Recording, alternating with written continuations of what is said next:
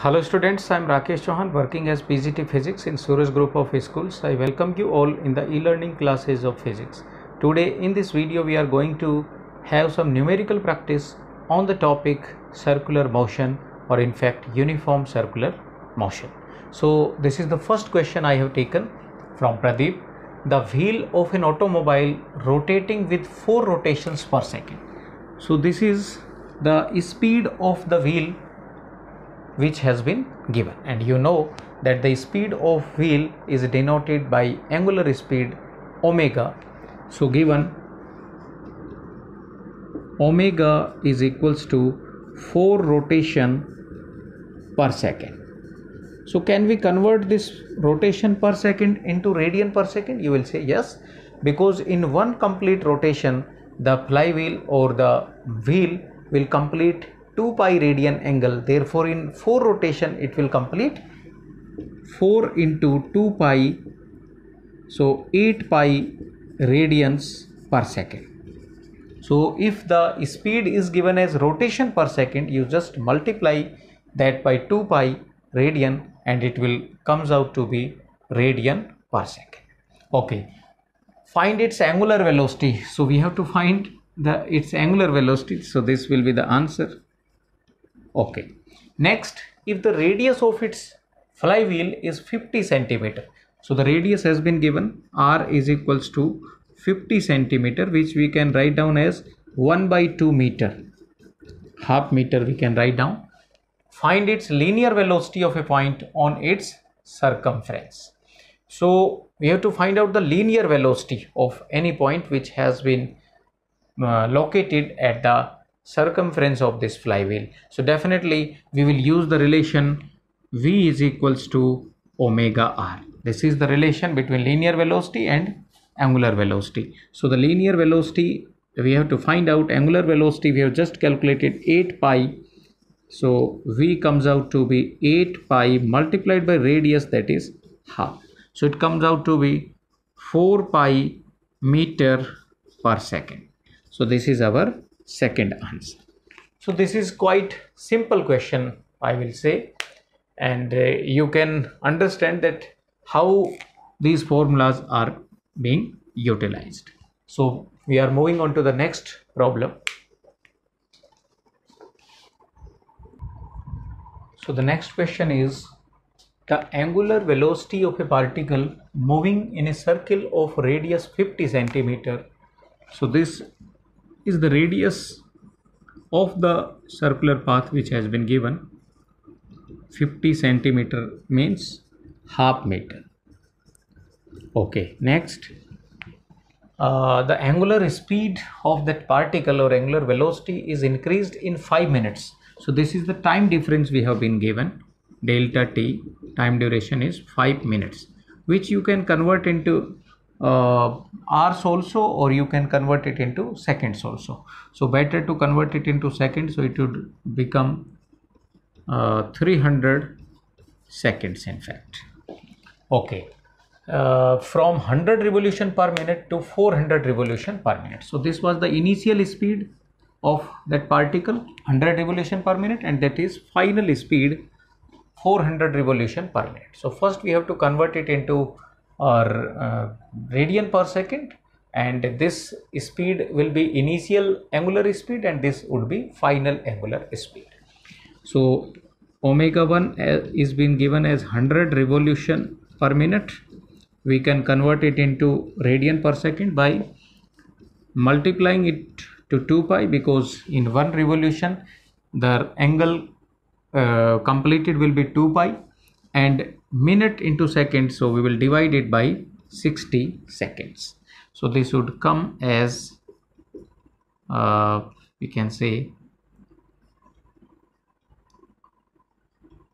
this is 3, so 10 pi upon 3 radian per second we can have this value.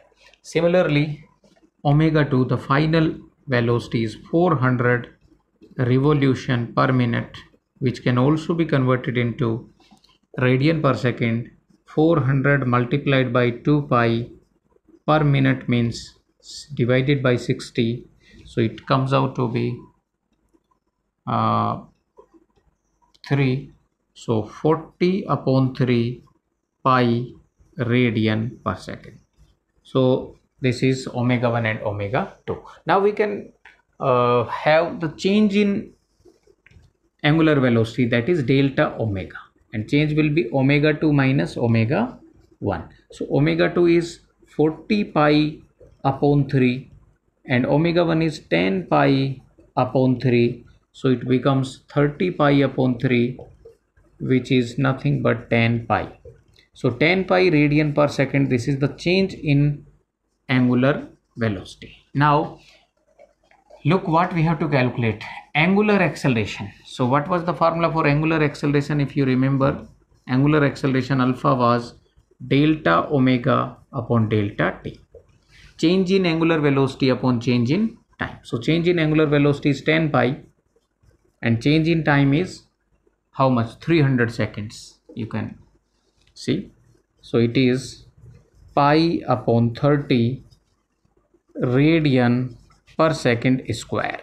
So this is the first answer, or this is the angular acceleration. Now linear acceleration. So we can use the simple relation for linear acceleration. You know that linear acceleration is equals to angular acceleration multiplied by the radius of the circular path. And angular acceleration we have just calculated as pi upon 30. The radius is given as half meter. So it comes out to be pi upon 60 meter per second square. So this is our first answer and this is our second answer. So this is how you can use these formulas to calculate angular acceleration and linear acceleration. Let us move on to the next problem. So this is the next question. A motor car is traveling at 30 meter per second on a circular road of radius 500 meter. So this is, suppose the circular path of radius 500 meter and the motor car is moving at the speed of 30 meter per second. So this is the initial speed, we can say, which is given as 30 meter per second. Okay, it is increasing its speed at the rate of 2 meter per second square. So this is the value of acceleration we have been given. Acceleration is 2, and this is linear acceleration, 2 meter per second square. So this is not the case of uniform circular motion, because in uniform circular motion the speed of the particle remain always constant, but here since the particle is moving with some acceleration in circular motion, therefore it is the case of non-uniform circular motion. So in case of non-uniform circular motion, there will be two types of acceleration. One will be due to the circular motion, or you can say due to the change in velocity or due to the change in direction, in fact, which is known as centripetal acceleration. So one acceleration acting towards the center of the circular path known as centripetal acceleration, and the other acceleration will be the linear acceleration, which has been provided as 2 meter per second square. And the linear acceleration will always be acting towards the instantaneous velocity at any point. So at this point the instantaneous velocity will be in this direction, therefore the linear acceleration will also be acting towards this direction. So I am writing down here just the acceleration. So this will be the tangential acceleration, or you can say the linear acceleration. So there are two types of acceleration working in non-uniform circular motion. So you must remember in your mind that whenever there is a case of uniform circular motion, the only acceleration present is centripetal acceleration, which always act towards the center of the circle. While in non-uniform circular motion, there will be two types of acceleration, one due to change in direction and the other due to change in speed. So speed is changing due to the linear acceleration. So since both AC and AT are working at 90 degree, this is 90-degree angle. Therefore, their resultant acceleration or net acceleration I can write down as net acceleration A is equals to under root of AC square plus AT square. Using the formula of resultant vectors, the sum of resultant vectors A square plus B square plus 2AB cos theta. Here theta is 90 degree, therefore cos theta becomes 0. So this is A square plus B square. In place of A square here is AC square, and in place of B square it is B square it is AT. Now AT is given as 2 meter per second square, but we haven't given the value of AC. But we can calculate the value of AC. How? AC is centripetal acceleration, which is V square upon R, and V, the velocity has been given as 30 meter per second. Therefore 30 square divided by radius of the circular path, that is 500. So we can write down it as 900 upon 500. So it comes out to be 9 upon 5, which is equal to 1.8 meter per second square. So this is centripetal acceleration, and now the net acceleration using this formula will be AC square, that is 1.8 whole square plus AT square, that is 2 square. And while you solve this value, it would be 2.7